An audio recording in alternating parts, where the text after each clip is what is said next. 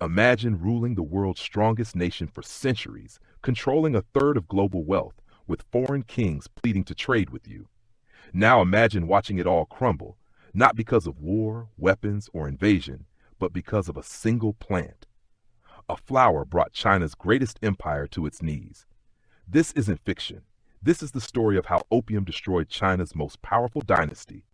In the 1700s, China was the world's economic superpower. European rulers desperately wanted Chinese goods, but the emperor dismissed them, saying China needed nothing from barbarians. Yet within 100 years, China was divided by foreign powers, millions were addicted to opium, and its 2,000-year-old imperial system was collapsing. The year is 1800, Canton Harbor, southern China. Dawn breaks, and the city comes alive with shouting merchants, creaking ships, and clanging metal. Canton is the only port where foreigners can trade, and right now, it's the richest place on earth. Contrary to what many believe, Europe wasn't the wealthiest. China was producing over 1/3 of the world's goods, from silk and porcelain to tea and paper. European merchants begged to trade, but China controlled every step. Foreigners could only trade in Canton, live in specific factories outside city walls, couldn't bring families, couldn't learn Chinese, and couldn't travel inland. They could only buy and sell through authorized Hong merchants. Among them was Haokua, the richest man alive, with unimaginable wealth, including rooms filled with silver. Trade worked simply. Westerners brought silver, and China gave tea, silk, and porcelain in return. But this was draining Europe's treasury. Britain needed something China would actually buy. The answer? Opium. Smuggled from India and Turkey, opium was technically illegal in China, but demand exploded when Europeans introduced smoking instead of traditional medicinal use. Opium dens appeared across Canton, where wealthy elites, officials, merchants, and aristocrats gathered to indulge. One puff dulled worries, two made you float, and three sent you into bliss. At first, only the rich smoked, but Britain had bigger plans. The British East India Company massively expanded opium production in Bengal, sending thousands of chests, each 140 pounds, into China. By 1800, 4,500 chests were smuggled in, with demand skyrocketing. Among the key figures were William Jardine and James Matheson, Scottish traders who founded one of history's most successful drug smuggling empires. Using fast clipper ships, they bypassed Canton's restrictions, distributing opium along China's coast. Meanwhile, Hong merchants like Haokua grew richer, but feared imperial authorities and secretly invested overseas to protect their fortunes. At Haokua's lavish banquets, American merchants helped manage his foreign investments, forming deep friendships. Yet tension brewed. Many traders knew opium was destroying China, but continued anyway. One American, Robert Bennett Forbes, admitted he built his fortune from opium while acknowledging its devastating effects on Chinese society. By night, Canton glimmered with wealth, but the balance of power was shifting. In the coming decade, opium smuggling would multiply tenfold, addiction would spread from elites to commoners, and silver would start flowing out of China instead of in. The emperor in Beijing, far from Canton, would realize too late that his empire, once untouchable, was facing an existential collapse.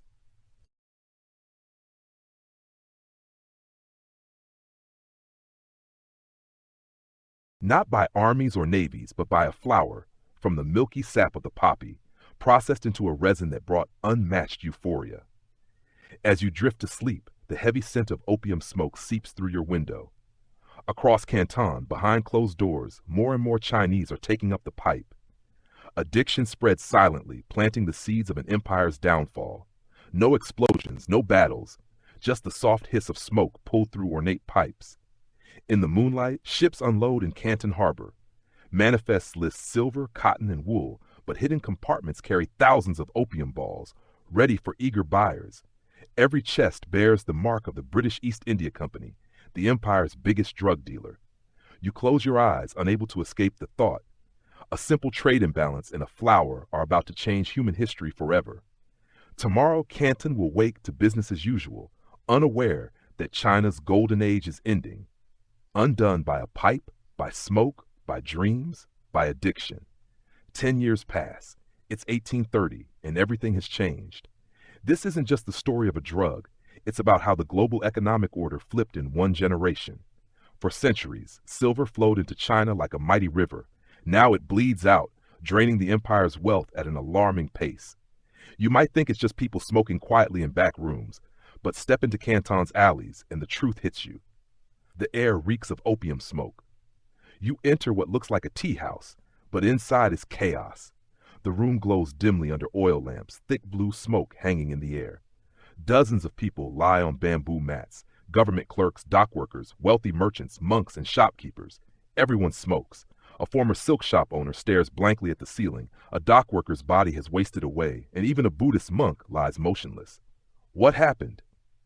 You whisper to an attendant preparing a pipe. He shrugs. Cheaper opium. Now anyone can afford it. And he's right.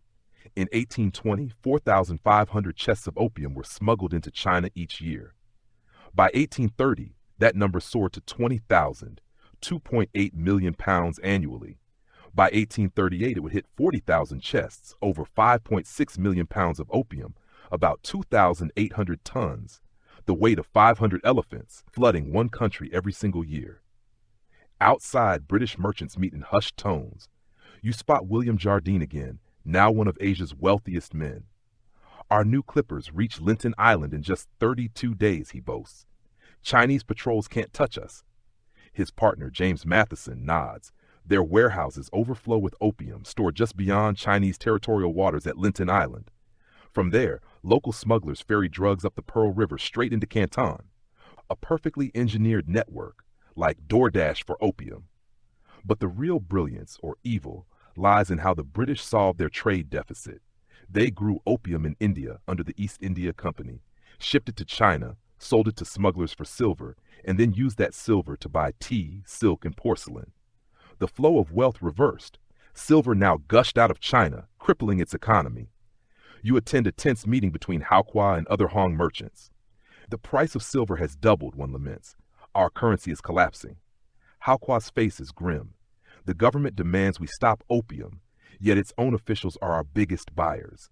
Another merchant adds, whole villages are lost to the pipes, fields rot. Canton itself shows the rot. Buildings crumble, shops close, families starve. A local shopkeeper mutters, silver leaves, nothing replaces it. China's economy had been tied to silver, but now, with wealth bleeding out, currency value plummets and inflation surges. Imagine the US dollar losing half its worth in just years. That's what China faces. In a small home, you watch a quiet dinner. Father hasn't come back, a young woman whispers. He's at the smoking house. Her mother's face is lined with fear. Your brother too, she adds softly. 3 days now. He sold his fishing nets. They fall silent, knowing nothing is left to sell. Scenes like this replay across China, addiction tearing apart families, destroying livelihoods, and eroding society's foundation. Meanwhile, across town, American merchants at Russell & Co. count profits. Cleared $200,000 on the last shipment, one says, checking his ledger. Turkish opium isn't as strong, but the margins are better. Another looks uneasy. My father in Boston asks if this is moral. Missionaries write about the suffering. His partner scoffs. Warren Delano made a fortune in this trade. Nobody questions him. That name matters. Warren Delano, grandfather of future U.S. President Franklin D. Roosevelt. Opium wealth funds railways, factories, universities, and libraries in America. Entire dynasties rise on the back of Chinese misery. Merchants justify it easily. If we don't do it, the British will. Back at the harbor, tension thickens. Chinese soldiers patrol aggressively, inspecting ships. The emperor finally knows. A guide explains. But it's too late. Too many are hooked. Even officials are addicted. China's fall has begun, not from invasion, but from smoke, greed, and a single flower.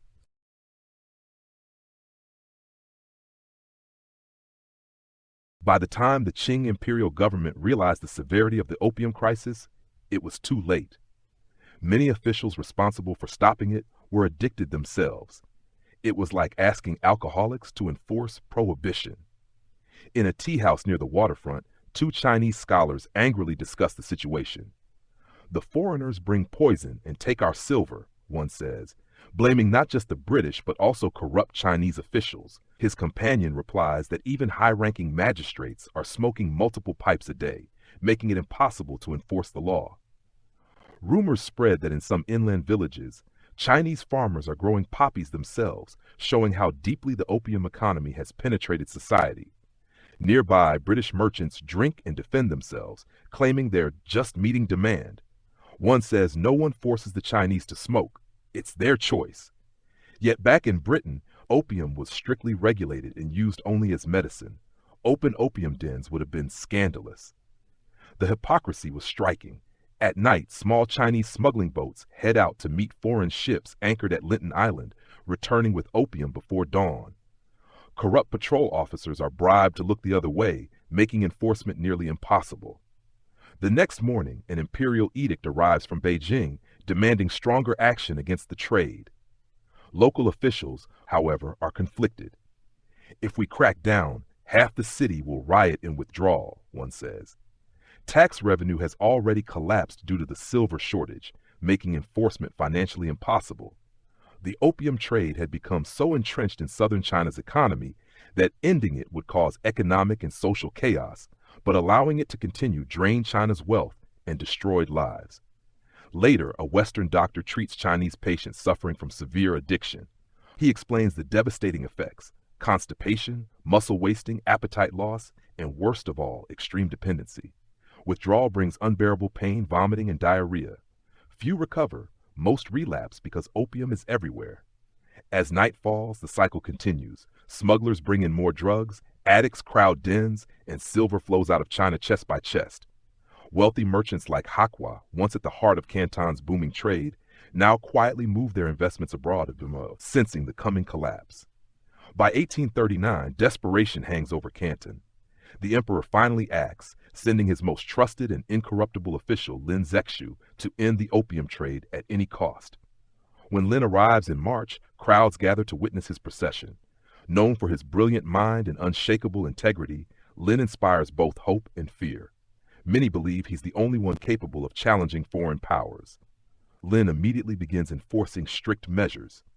He shuts down opium dens, arrests dealers, and orders all foreign merchants to surrender their opium stocks within 3 days. To pressure them, he surrounds the foreign factories with troops and cuts off food and water. Panic spreads among the British merchants. Charles Elliot, the British Superintendent of Trade, urges compliance to avoid catastrophe, but merchants resist, unwilling to lose millions of pounds in property. Lin refuses to compromise. After a 6-week standoff, Elliot orders the merchants to surrender their opium, promising compensation from the British government. In total, 20,283 chests, over 1,100 tons of opium worth around 250 million pounds today, are handed over.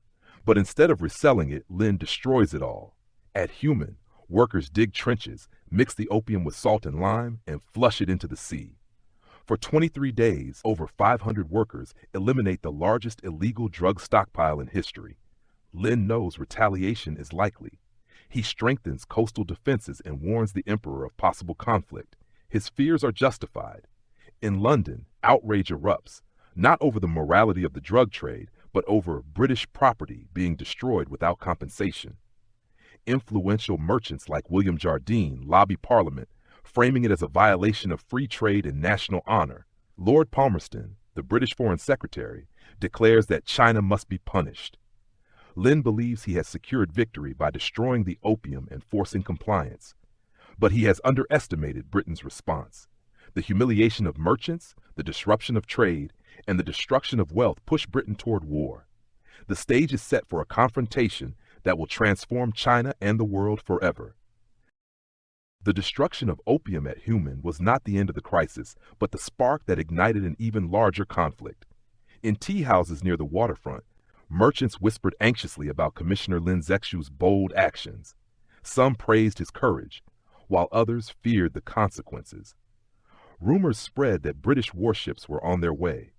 Many Chinese, however, remained confident, believing that the Celestial Empire's power was unmatched and that a small island nation like Britain could never pose a serious threat.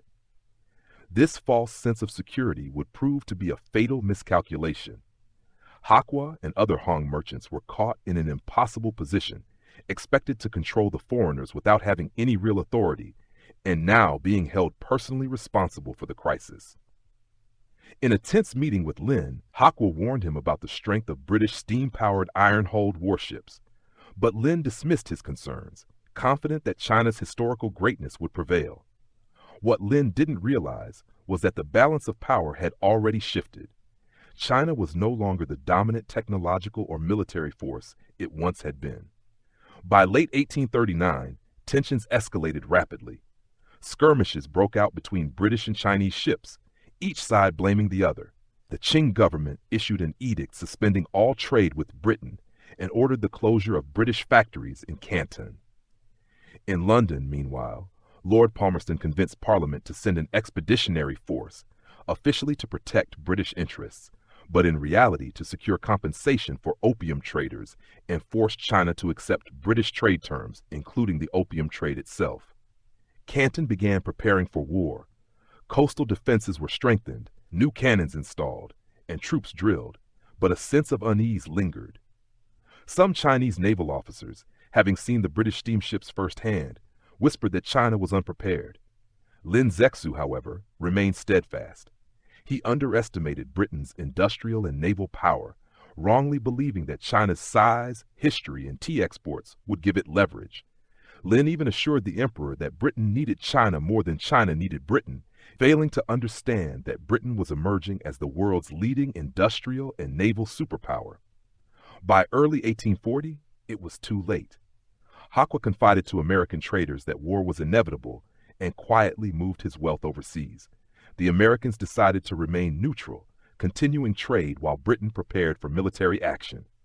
In June 1840, British forces arrived off the coast of Zhoushan Island near Dinghai, deploying 24 ships, including 16 warships and 4 steam-powered vessels belching black smoke.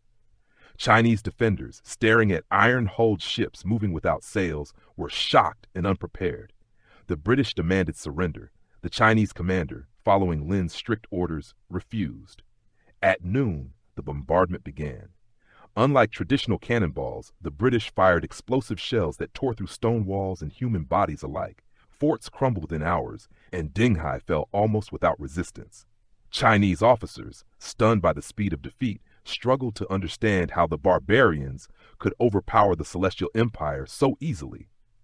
The British continued advancing up the coast, using a devastating strategy: bombard coastal defenses from a safe distance, then land troops after resistance was destroyed. The Qing emperor, upon hearing of the defeats, was furious and incredulous, insisting China's vast population guaranteed victory. Yet officials warned that Britain's fire-breathing machines and steam-powered ships gave them unmatched advantages. Few dared to speak openly, fearing charges of treason, but privately many knew the truth. China was fighting a war it wasn't prepared for. The clearest demonstration of Britain's dominance came at the Battle of Kowloon. The Chinese fleet, made up of wooden war junks with limited-range cannons, faced off against the British ship HMS Nemesis, a purpose-built, iron-hulled, steam-powered warship. It moved effortlessly against the wind, bristling with heavy guns and Congreve rockets. When the Chinese opened fire, their shots bounced harmlessly off the Nemesis's iron hull, while British shells and rockets ripped through wooden vessels, setting them ablaze and causing powder magazines to explode. Within an hour, the Chinese fleet was shattered, their ships sunk or burning. This humiliating defeat repeated itself across the coastline, at Canton, Amoy, Ningbo, and beyond. Britain's industrial power had transformed warfare, while China's outdated weapons and strategies left it vulnerable. The psychological impact was immense. For centuries, China viewed itself as the center of civilization, surrounded by inferior barbarian states. Now that worldview was collapsing under the reality of British military and technological superiority.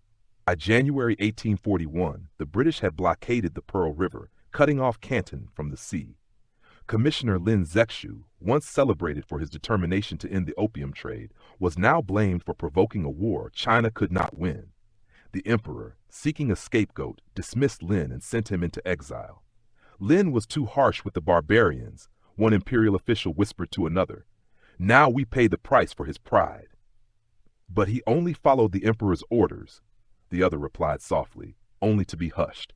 Criticizing the emperor was dangerous. He was considered divine and beyond fault. This delusional thinking was widespread in the Qing court. Refusing to acknowledge that China had fallen behind the West technologically and militarily, officials blamed individuals rather than recognizing deep systemic weaknesses. In February 1841, the British launched a major assault on the Bogue forts, China's strongest coastal defenses guarding the approach to Canton. Hundreds of cannons and thousands of soldiers were prepared. From a nearby hillside, you watch as the battle unfolds. The Chinese had positioned their guns well, covering the narrow channel with overlapping fields of fire. If any defense could succeed, it should have been here. But at dawn, the British surprised everyone by landing troops behind the forts, using a simple flanking maneuver that Chinese commanders never anticipated. While Chinese cannons pointed uselessly toward the sea, British soldiers attacked from the rear. "They're behind us!" a Chinese officer screamed in panic. By noon, the British flag was raised above the forts. Over 400 Chinese soldiers were killed, while British losses were just 38. The pattern became painfully clear. Britain was not only winning due to superior technology, but also thanks to better tactics, training, and understanding of modern warfare, advantages China simply lacked. In May 1841, the British captured Canton. Rather than occupy the city, they demanded a $6 million silver ransom from local authorities to spare it from destruction. The ransom was paid, and the British withdrew. But the message was unmistakable. China's greatest trading port could be seized or spared at Britain's whim. In Canton's tea houses, locals reacted with a mix of relief and humiliation when news arrived that the British fleet had sailed north to expand the war. "At least they're gone," one merchant sighed. "Yes, after taking enough silver to bankrupt the province," another spat bitterly. "And they'll return. They know we're defenseless." An elderly man, once a veteran, spoke softly. "I fought the Mongols when I was young. Back then we had the same weapons, bows, swords, spears, man against man. But these British, they fight like demons with fire and thunder. How can flesh resist such things?" This captured China's grim reality. Its once mighty military had stagnated while the West revolutionized warfare. The gap in technology and tactics couldn't be closed quickly or easily. The British pressed northward, capturing key coastal cities. Ningbo fell in October 1841, followed by Hangzhou. By June 1842, British warships sailed into the Yangtze River, deep into China's heartland. No foreign power had penetrated this far in centuries. The psychological shock was immense. If Britain could reach the Yangtze unchecked, nowhere in China was safe. By August 1842, British warships appeared before Nanjing, only 200 miles from Beijing. Facing the threat of an advance on the imperial capital, the emperor finally sent representatives to negotiate. Talks were held aboard the HMS Cornwallis, leading to the signing of the Treaty of Nanking, the first of China's infamous unequal treaties. The contrast between the delegations was stark. The British confident and relaxed, the Chinese solemn and humiliated. The terms were devastating. China pays 21 million silver dollars in indemnities. Hong Kong Island ceded to Britain permanently. 5 ports, Canton, Amoy, Fuzhou, Ningbo, and Shanghai, open to British trade and residence. Extraterritoriality granted, British citizens in China would not be subject to Chinese law. The opium trade, though not mentioned, continued freely. As Chinese officials applied their seals, one quietly turned away, tears streaming down his face. 2,000 years of history, he whispered. And we are the ones forced to sign away the emperor's sovereignty. For Britain, the treaty was a triumph. Sir Henry Pottinger, the British plenipotentiary, declared it a most satisfactory conclusion, believing it secured profitable trade and peaceful relations. But for China, the Treaty of Nanking marked the beginning of the century of humiliation, a period when foreign powers carved up China, exploiting its weakness. Reactions in China were mixed. Officials blamed Lin Zexu for provoking the war. Merchants hoped renewed trade would bring prosperity, while common people were left confused about what it meant for their lives. In a small village outside Canton, a teacher explained the defeat to his students. The barbarians came with fire ships and thunder weapons. Our soldiers fought bravely, but they were overcome. The emperor, in his wisdom, has made peace. A boy hesitated and asked, "My father says we lost because our weapons are old and our generals corrupt. Is that true?" the teacher paused, torn between loyalty and honesty. The ways of the Celestial Empire have served us well for thousands of years, he finally said. But perhaps it is time we learn some of the barbarians' methods, if only to defend ourselves better. This debate, how to modernize while preserving China's traditions, would dominate intellectual and political life for decades. On August 29, 1842, the First Opium War officially ended. British casualties totaled fewer than 500, mostly from disease. Chinese losses, though unrecorded, numbered in the thousands. But the real damage wasn't just military. It was psychological. China's belief in its own invincibility was shattered. The Qing dynasty, claiming the mandate of heaven, now faced a harsh reality.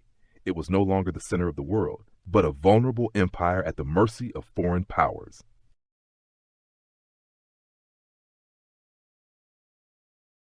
After China's defeat, the Treaty of Nanjing forces it to surrender sovereignty, and yet the opium trade, the very cause of the war, expands instead of stopping. British ships now legally dock at 5 open ports, and Western merchants establish permanent settlements. Before the war, 1839, 40,000 chests of opium were smuggled annually. By 1858, the figure exceeds 70,000 chests, 4,500 tons. Addiction spreads rapidly, affecting all levels of society, from peasants to imperial officials. Commissioner Lin Zexu, who tried to stop opium, spends 3 years in exile, later becoming governor of Yunnan. He dies in 1850 en route to fight rebels during the Taiping Rebellion, an uprising partly fueled by the Qing dynasty's weakness shown in the war. Decades later, he is remembered as a national hero, but at the time, he is blamed as a scapegoat. The true failure, however, is systemic. While the world industrialized, China clung to tradition and isolation. The First Opium War, 1839 to 1842, lasts just 2 years, but its impact reshapes China for over a century, forcing it into an unequal transition from empire to modern state under foreign pressure. By 1843, Canton feels transformed. British traders walk confidently through the streets, while Chinese officials appear subdued and humiliated. A Chinese merchant bitterly remarks, "They act like they own the place, and now they do." The Treaty of Nanjing not only opens ports, but shatters China's self-image as the Middle Kingdom, once seen as the center of civilization. The financial burden is crushing. China must pay 21 million silver dollars, more than half the Qing government's annual revenue. Provincial treasuries are drained. Wealthy families pressured for donations, and peasants suffer most under increased taxes. Meanwhile, Britain takes Hong Kong Island, dismissed by Chinese officials as a barren rock, but valued by the British for its strategic deep-water harbor. Within decades, it transforms into a global trading hub. Foreign influence spreads rapidly. In treaty ports like Shanghai, Western enclaves emerge with European-style buildings, laws, and police forces. Through extraterritoriality, foreigners are above Chinese law. British criminals face light punishment, while Chinese offenders receive harsh penalties. This two-tier justice system breeds resentment and fuels anti-foreign anger. The opium trade, now protected by treaties and British gunboats, explodes. By 1850, imports reach 50,000 chests. By 1858, 70,000. Opium dens spread from coastal cities deep inland, devastating families and crippling the workforce. Entire regions fall into poverty as breadwinners squander income on addiction, selling land, daughters, and dignity just to afford another pipe. Other powers follow Britain's lead. The U.S. Treaty of Wangia, 1844, and France, Treaty of Whampoa, secure similar privileges, carving China into spheres of influence. An American missionary compares it to vultures picking at a wounded animal. Inside the Forbidden City, officials debate reform. Some push for adopting Western technology, while conservatives resist, fearing threats to Confucian traditions. Meanwhile, the Qing treasury is nearly bankrupt from indemnities, opium addiction, and lost revenue. Widespread poverty sparks rebellions, banditry, and religious uprisings. One of the most significant is the Taiping Rebellion, 1850 to 1864, led by Hong Xiuquan, a failed scholar who believes he is Jesus Christ's younger brother. Preaching against both the Manchu Qing rulers and foreign devils, his movement attracts millions. The rebellion evolves into the deadliest civil war in human history, killing an estimated 20 to 30 million people. The First Opium War thus marks the start of China's century of humiliation, a period of foreign domination, social decay, and internal chaos, and sets the stage for the Second Opium War, 1856 to 1860, where Britain and France will extract even harsher concessions. Dreams of driving out the Manchus and foreign invaders, creating a heavenly kingdom of peace. The Taiping Rebellion is just one among several uprisings that shake China after the First Opium War. There are the Nian Rebellion in the north, Muslim revolts in the southwest, and the Small Sword Society uprising in Shanghai, all signs that many Chinese believe the Qing dynasty has lost the mandate of heaven. Amid this internal chaos, Western powers continue to demand more concessions. British merchants and officials, unsatisfied with the Treaty of Nanking, push for more trading ports, deeper access into China's interior, and legalization of the opium trade. When the Qing government refuses, tensions rise again. In October 1856, Chinese officials board a British-registered ship, the Arrow, and arrest several Chinese crew members accused of piracy. The British demand their release, claiming the ship is under British protection, but the Chinese refuse, noting that the ship was Chinese-owned and not flying a British flag. This Arrow incident becomes the excuse for the Second Opium War. Chinese officials are outraged. They fought us over illegal drugs, forced us to pay millions, took our land, and now, less than 15 years later, they attack again because we arrested pirates on our soil. By late 1856, British warships bombard China's coastal defenses, this time joined by the French, who used the killing of a French missionary as justification. Against these industrial powers, China's outdated army, still using mostly traditional weapons, stands little chance. Like the First War, the Western forces win easily, but this conflict brings an even deeper humiliation. In October 1860, British and French forces reach Beijing, something unimaginable just decades earlier. When Chinese negotiators capture and torture British envoys, killing several, Lord Elgin orders the destruction of the old summer palace, Wanmingyuan, China's greatest cultural treasure, filled with priceless art and architecture. Over 3 days, the palace is looted and burned, wiping out 200 years of history. The psychological impact on China is devastating. It is no longer just military defeat, it is an assault on Chinese civilization itself.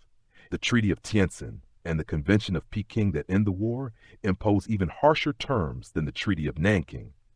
10 more ports are open to foreign trade, missionaries gain protection, foreigners can travel deep into China, opium is legalized, and a massive indemnity is imposed. Even more humiliating, foreign diplomats are now allowed to live in Beijing itself, forcing the Son of Heaven to treat foreign powers as equals, ending centuries of Chinese supremacy. By 1860, China has effectively become a semi-colonial state, divided into foreign spheres of influence, its economy warped by opium, and its government weakened internally and externally. All of this traces back to the first chests of opium smuggled into Canton in the 18th century, a simple plant, a drug, that sparked the fall of the world's oldest continuous civilization.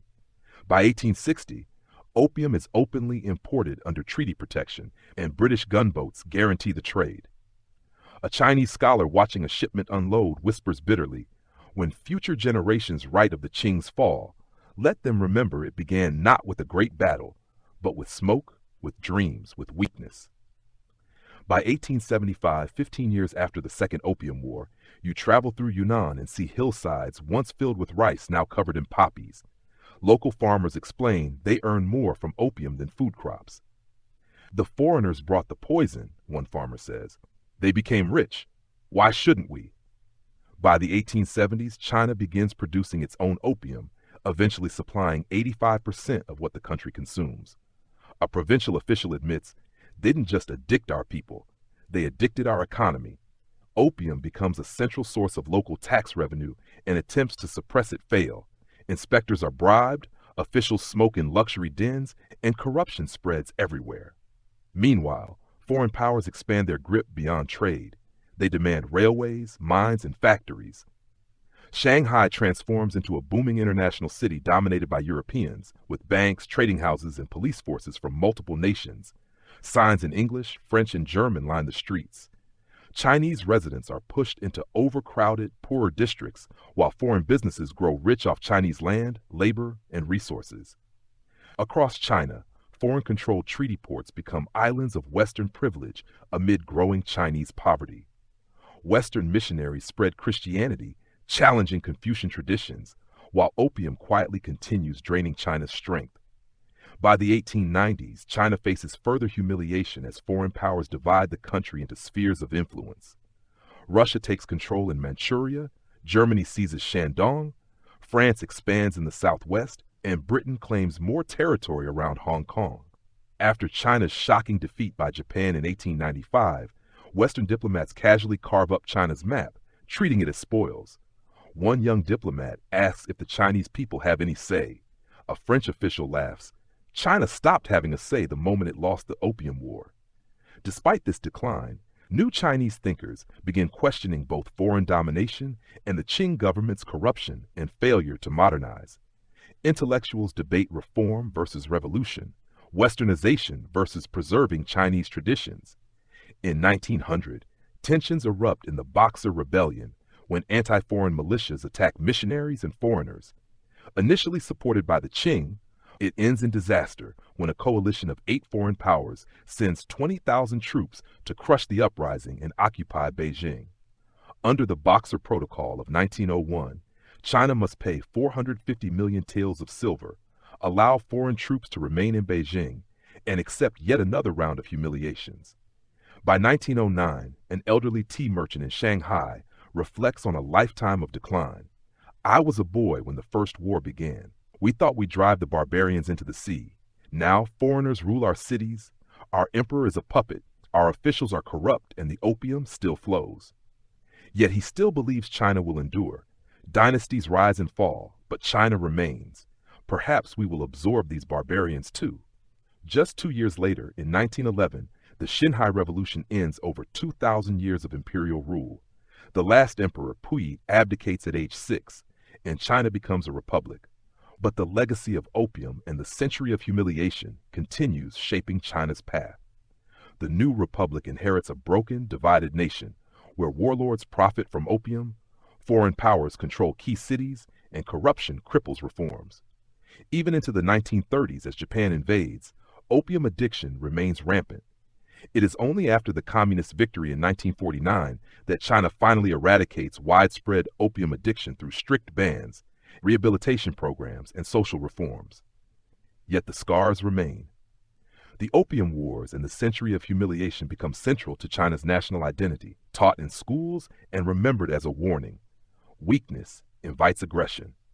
From the first smuggled chests of opium to the burning of the Summer Palace, from forced treaties to the carving up of its land, China's collapse was not sudden but gradual, a slow erosion of power, dignity, and sovereignty. But despite this, China eventually rose again, reclaiming its independence and rebuilding its strength. The story of opium is not just one of destruction, it is also one of survival, endurance, and eventual resurgence.